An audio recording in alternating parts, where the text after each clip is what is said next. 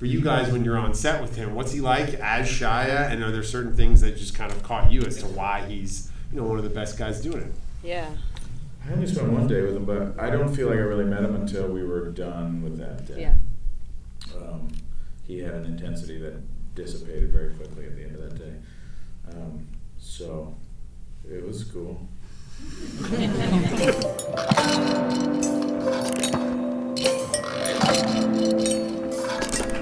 Good evening, everyone. Once again, make some noise for Flynn. My name is Ben Lyons. I'm excited to be moderating a little conversation after the film, and it's my great privilege and pleasure to introduce from the film. Martin Starr and Byron Bowers are here, as well as the director, Alma Har'el.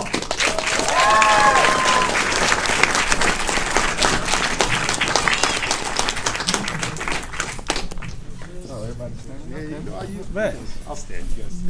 You sure? I've had a long history with Shia. I've interviewed him 40 or 45 times over the years. I remember the first time I met him was on the set of Transformers, and we did a 25-minute interview, and then he's like, let's do it again, and we did another 25-minute interview, and his intensity I remember back then, but it's something that's kind of driven him and his passion and his work and his problems and all of it. Alma, what are your first memories? Thank you very much. What are your first memories of meeting Shia? And talk a little bit about that intensity and how you got to see it in a different way while working on this film. Wow, the first time I met Shia was kind of dreamy, actually. I was, a documentary filmmaker. I made a film kind of by myself, really low budget. Ended up winning the film festival with it, and it came out on a DVD. And then he came to Amoeba Records looking for a Bob Dylan DVD, but somebody fucked it up and put it in the wrong section, so they put my film in the Bob Dylan section because it had music by Bob Dylan. And he picked it up, watched it twice that night, I guess, and then Googled me and wrote me to my website. So first time I saw him was at a dinner. We just went to grab a bite.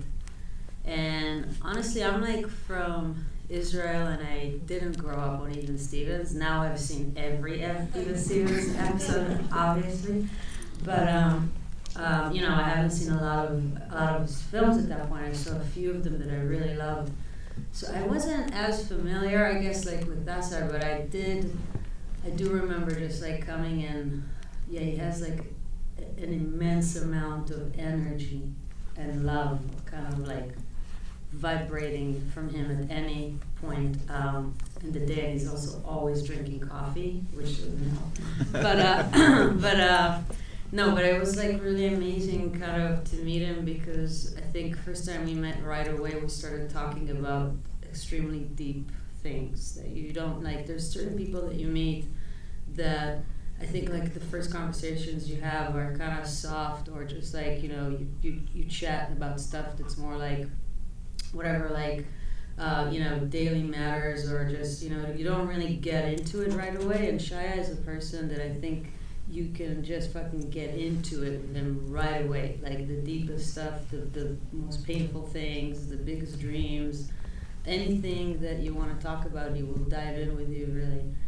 With a lot of honesty, so that was really cool, and I think we never looked back after that. Well, everybody, had to dive into this film because you shot it in 19 days, which is a crazy schedule for a movie like this. You hear the gasps from the audience. 19 days they made this beautiful piece of art. So for the actors on stage here, talk about what it's like to pop in knowing you're only going to be on it for a few days, but your days are important because there's so few days. So talk to me just about that energy. This is your first time acting, and Martin, you have a history with Shia, so what was it like just to kind of jump in for a few days and contribute the way you did? I just worked on it for one day, but it was a great day. And mostly I just hung out with two of my friends, Alma and Shia, and we got to play for a bit, and then I met a lot of other very talented people. But I had no idea that this would turn into what it's turned into. Congratulations. Yeah, this is one of my first major films, so I didn't know what the hell was going on. I come from stand-up where you work an hour, so 19 days is a long ass time. Yeah, but I didn't know, man. I was with Crafty Services, handing out cheese sandwiches and shit, and they was like, "You should be over here," you know. So I learned my lines, and you know, typical Hollywood story. I was, you know, bagging weed at the house, and I got a phone call from Hollywood, and I never looked back. Thank you.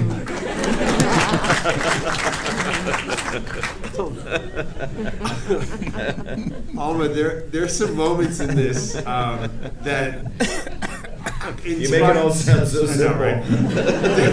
There's some moments in this where. This is, by the way, why most of Byron's part in the film has been rewritten by him and edited from his improv because it was the best shit ever. Well, you have these funny guys on set, and I would imagine your guys have all become very close, and there's moments that are fun, but it's a challenging subject matter, obviously, and. There are moments in the film though that inspire laughter. Like I'm standing in the back here, and the audience is laughing. But when you really take a step back, and we're laughing at a father who's being abusive to his child, like it's kind of this whoa. You take a step back. Did you know that you would have these moments of humor, or did they kind of come in the editing process and then you found them on screen? No, I definitely knew that. I mean, I think as a filmmaker, to me, maybe the biggest compliment or the biggest kind of satisfaction is from the fact that some people watch the phone scene or specific scenes and kind of experience something really funny and painful at the same time. I grew up, my father is an alcoholic, still drinks till this day. I'm very proud of it. He's also the funniest fucker I know, and person who loves films and loves me, but also loves booze, and some of the most painful things that happened to me as a child and traumatized me. Also, it's just life, life isn't, I feel like films that are just kind of like a big pity party are not, it doesn't do that for me. I really feel like life is good and bad and painful and funny and all these things together. And sometimes the people that hurt you the most are the people that love you the most or make you laugh the most, and I kind of was trying to capture that, and I think that Shia, his relationship with his father, the thing that jumped at me from the pages when I first read it, especially in the dialogue, just some of the most painful lines in there where he's and this is deep, heavy things about masculinity and the way we kind of pass pain from one generation to another. But him making fun of the size of his son's penis, who's 12 years old. I mean, that's abuse, but it's also really funny. That a grown-up man would do something like that. So the ridiculousness of the situation and the immaturity also of this man is part of what is making him such an interesting character. And I think we often kind of shy away from interesting characters because they are so complicated. They make us feel complex things. It's obviously very complicated, for Shia to be on set for the scenes that he wasn't acting in, but when Lucas was playing him, he just didn't feel comfortable after the first day, he said, and removed himself. Yeah. But you guys got to get in there with Lucas, who's doing Shia, and Shia is such a fan of actors and such a fan of Lucas's. Yeah. And Lucas is incredible in this movie. For you guys, when you're on set with him, what's he like as Shia, and are there certain things that just kind of caught you as to why he's one of the best guys doing it? Yeah. I only spent one day with him, but I don't feel like I really met him until we were done with that day. Yeah. He had an intensity that dissipated very quickly at the end of that day. So it was cool. I think I met him in TIFF in Toronto. And he's just this silly guy, and he's very chill, and I'm like, oh, this is the real him. After doing the press tour and spending days with him, because when I met him in LA, he was already Otis.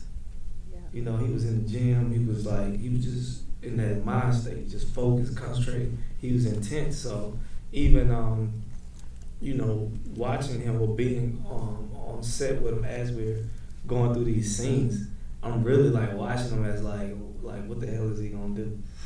Like the PTSD thing is real. So my father was schizophrenic, so I'm watching him as if I was watching my dad. Like, is this motherfucker gonna kill me or he gonna eat this fruit I just gave him?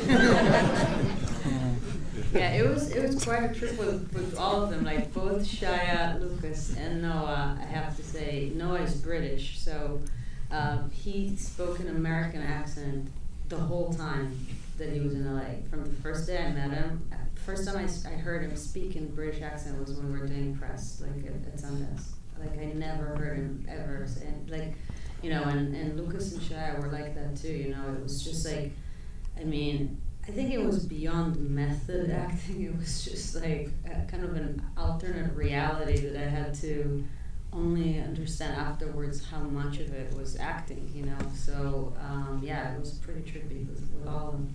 Well, I would imagine that because you had such a short production schedule that you were able to do a lot of work before cameras were rolling, just in terms of chemistry and rehearsing, and just talk about how valuable that is for a filmmaker, a first-time feature filmmaker, going into this process, to know that rehearsal time, all the work you do before you get on set, will help you when you're actually making the movie. Yeah, we had more time for prep on this film than to shoot, which is kind of, you know, crazy. I mean, we had killers like this guy that just came in, you know, like, you know, they just come in and they do their we never kind of even met before. I texted you to come. Yeah, you texted. No, I mean, like, we met, we knew each other for hung years. out for a while. But I mean, like, Pals. But I mean, like, we never worked on the scenes or anything. Yeah, on we this just film. jumped right in. And you just murdered it, but like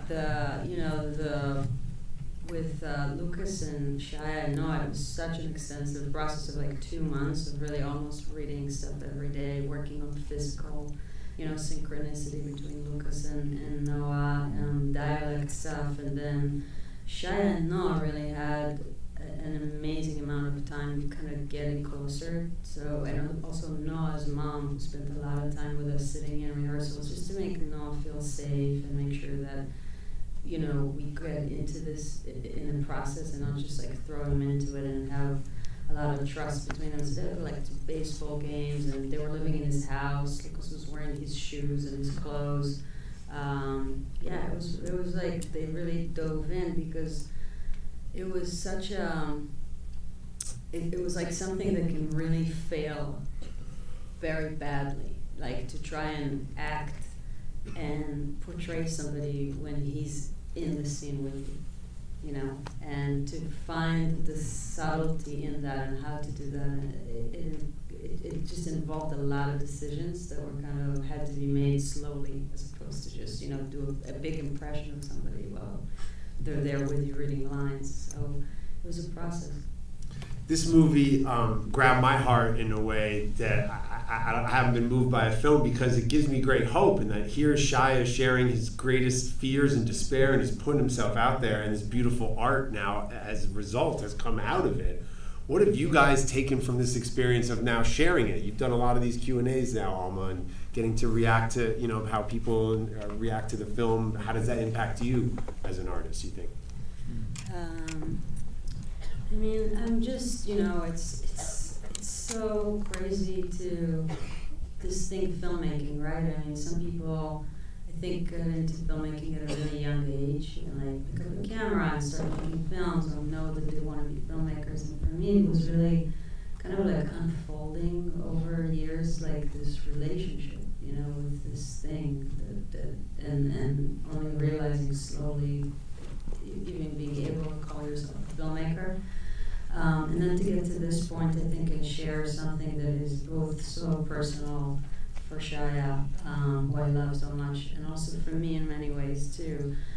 And to have it be something that I feel really comes out of the work that I've done before that in documentary, so it all kind of feels like progression of sorts, and to share it with audiences and get the response it's been getting has been, it's just the kind of like emails that I get from people about reaching out to their parents, or kind of feeling their feelings in a way that they haven't maybe allowed themselves before. And as somebody that is sober and been in anonymous programs that help children of alcoholics and all these things, I almost sense a sense of a community with the people that are watching this, that they are being allowed to kind of, have a place to explore maybe things that usually this perspective on isn't necessarily always shown, I guess, from the perspective of a child, but also in the context of this thing, which is like Shia's life, which all of us, I think, feel at some point that we knew something about it, or we watched it, or were affected by it in like a Disney kind of filter, and then to kind of, see the behind the scenes of it, I think has been really moving. Once again, give it up for the crew from Honey Boy. Be sure to tell your friends and loved ones to go see the film. Again, it's really moving. Congratulations, guys. Thank you.